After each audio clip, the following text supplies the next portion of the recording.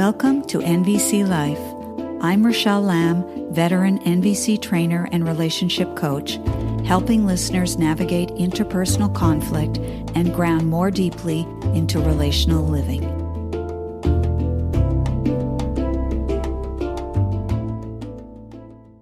Greetings, fellow humans. Most of you know someone who has asked the following question, or perhaps you might have asked the following question yourself. Why is it that I'm not in a relationship?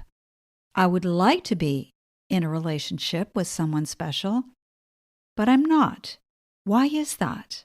And I've heard that question asked a lot of times to me, but also in the general public discourse.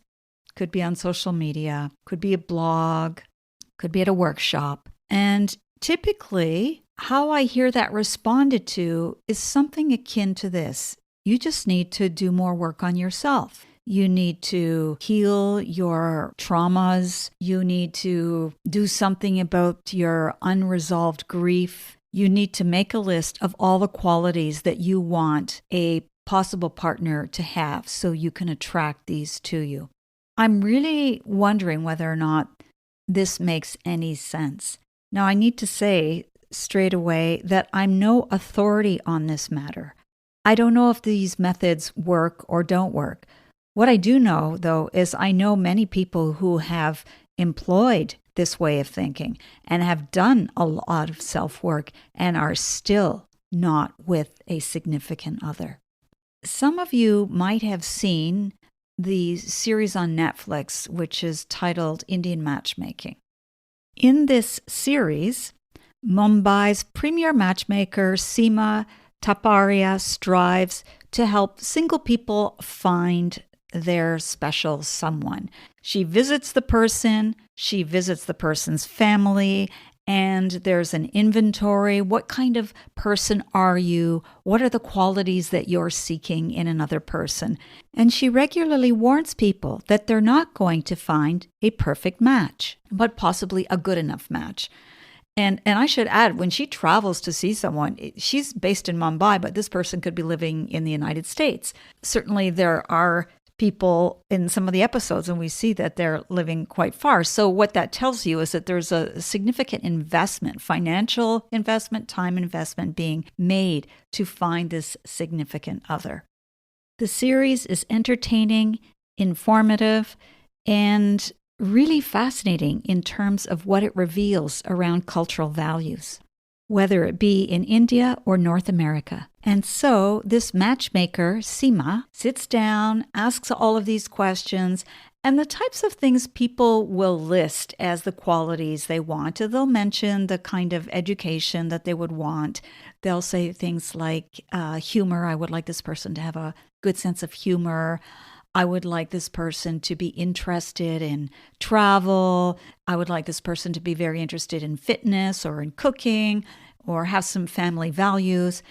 And that sounds basic in a way. And still, Seema, the matchmaker, reminds them, you're not going to get a perfect match, but you'll get good enough.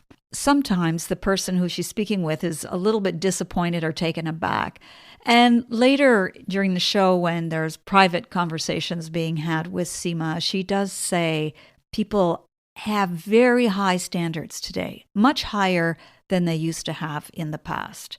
I find this particularly intriguing because what it points to is that this malignant obsession with individualism, I think actually it makes it challenging for people to find someone, much more challenging than it would have, say, 50 years ago, 100 years ago, where if the person was good at building something or farming and they had a piece of land and a good family values, that would be enough. There wouldn't have to have this level of sophistication that we often demand in another person. So think about that. Think about the fact that so often what a person will be told is, as I said earlier, you're going to need to heal your traumas. You're going to have to look at your past. You're going to have to look at all the ways in which you yourself represent the primary obstacle to being in a relationship. Now, if you look at these two things that are going on. One, that you need to heal yourself. And then two, that people have incredibly high standards. You can kind of see where this train is heading. It's going to be increasingly difficult for people to actually meet someone who they can share life with.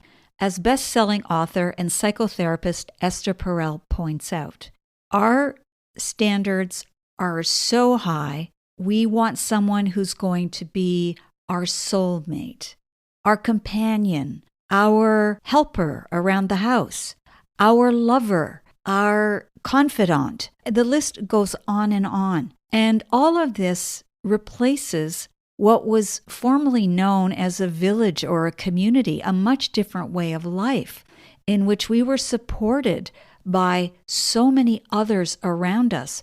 But now, given that we don't have that level of support, it all gets projected onto this other person, which is simply impossible. It's really hard to have someone who you live with and carry on your day-to-day life, expect them to live up to the standard of being an exceptional, exciting lover and complementary opposite, and at the same time provide unwavering security in your day-to-day life, because the two things don't go together. As Esther Perel points out, on the one hand, we have desire for excitement and novelty, and on the other hand, we have a desire for security and stability. And you can see how, while these two things are important, they are more polar opposite than they are complementary. You know, in the early stages of falling in love, one of the things that's so exciting about it is you don't have stability and security. You don't know yet whether or not this person is going to end up being a significant other for you. And so there's a certain amount of tension in that, which is, frightening, exciting, compelling, and it can be very positive. So think about all of these components. And what I would want to say to people is this idea that you need to go and work on yourself so you can finally attract the perfect soulmate partner to you really is somewhat ludicrous. I think the reason why you don't have someone in your life, if you really do want to have someone in your life, is probably because of individualism. That has become such a priority in our culture. And so to the degree that we are cultivating our level of individualism, then it makes it harder and harder for there to be areas of convergence when we meet another person. Just think about all the issues that modern humans contend with in these times. Issues of identity, politics, the climate crisis, conspiracy theories, personal truths, mental health, social justice, the fragmentation of society, deep loneliness. All of these things have such a clutch on us. And so no wonder it's so hard to meet someone, because these things are so pernicious in how they operate. So how could we possibly end up finding another person? And then when you place all these high standards, and when you place the low tolerance for differences, when you think about how easily we become offended, when you think about how our need to feel safe trumps everything, so that even someone suggesting that there might be a different viewpoint than the one you hold is going to be challenging. You can see how all of this starts to make it incredibly difficult to meet another person whom you have a sense of, we'll just say, kinship with. It used to be that you'd meet someone and you'd have this sense of familiarity rooted in the word family. And so there was a sense of the familial, and increasingly that's less and less the case. I don't think it's so much a question of doing healing work. I actually don't know what the answer is in terms of finding another person, because yes, you could lower your standards, you could learn to be more open, but even then, the people who are around us, if they subscribe to the notion of having a person be a perfect fit, then that reduces the number of possibilities in your pool. Even if you do have a partner, I'm hoping you find this particular take on things interesting. It's just really looking at what's happening in the sociocultural context. And if you have a partner, I'm pretty sure you know people who don't. You may have children who are now becoming adults and are struggling to find a partner. Certainly we know there are people in their late 20s, 30s, and even in their 40s looking for that elusive someone. There are a lot of single people in that particular age bracket, and people who are wanting to settle down with someone, wanting to have children, and yet not being able to find someone, and increasingly exploring alternatives that will make it possible for them to start a family. Finding a donor, for instance, and doing that completely on one's own. People now parenting on their own. And it's important to remember, it takes a village to raise a child. So if you're going that route, do everything you can. Even if you marry another person, it's not enough. We need to have that village. All this to say that this emphasis on individualism, there's a consequence to it. And I do believe that we're seeing the consequence in people's tragic longing to have someone and not being able to find someone to just cobble a life with. It shouldn't be so hard, and yet it has become incredibly challenging. Now, as I conclude this episode, if you're someone who is single and you're quite happy to be that way, or if you're someone who's in a different kind of relationship and you're happy with that, I hope you will continue to thrive in your current scenario. I have no problem with people making choices that are outside of the cultural norm. I'm speaking about those people who do live with a aching heart because they really want to be with someone and they're not. And I'm speaking to people who care for someone who perhaps has been looking for someone for a very long time and feeling a level of despair about it. I know they're out there.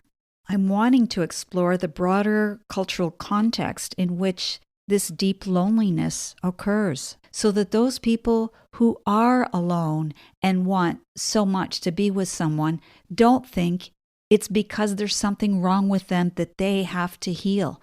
I honestly don't believe that's the case. I think it's our culture that needs the healing, not the individual. This concludes the episode, and I'd like to say, if you have any questions or topics that you'd like me to speak about in future episodes related to nonviolent communication or relationships, please send those to me. I'll provide a link in the show notes. I'd be more than happy to hear from you. Thank you for tuning into NVC Life. For future episodes, be sure to subscribe on iTunes, Spotify, or YouTube. For free resources or to book a private session with me, head over to RachelleLamb.com. Until the next time, stay sane, grateful, and generous.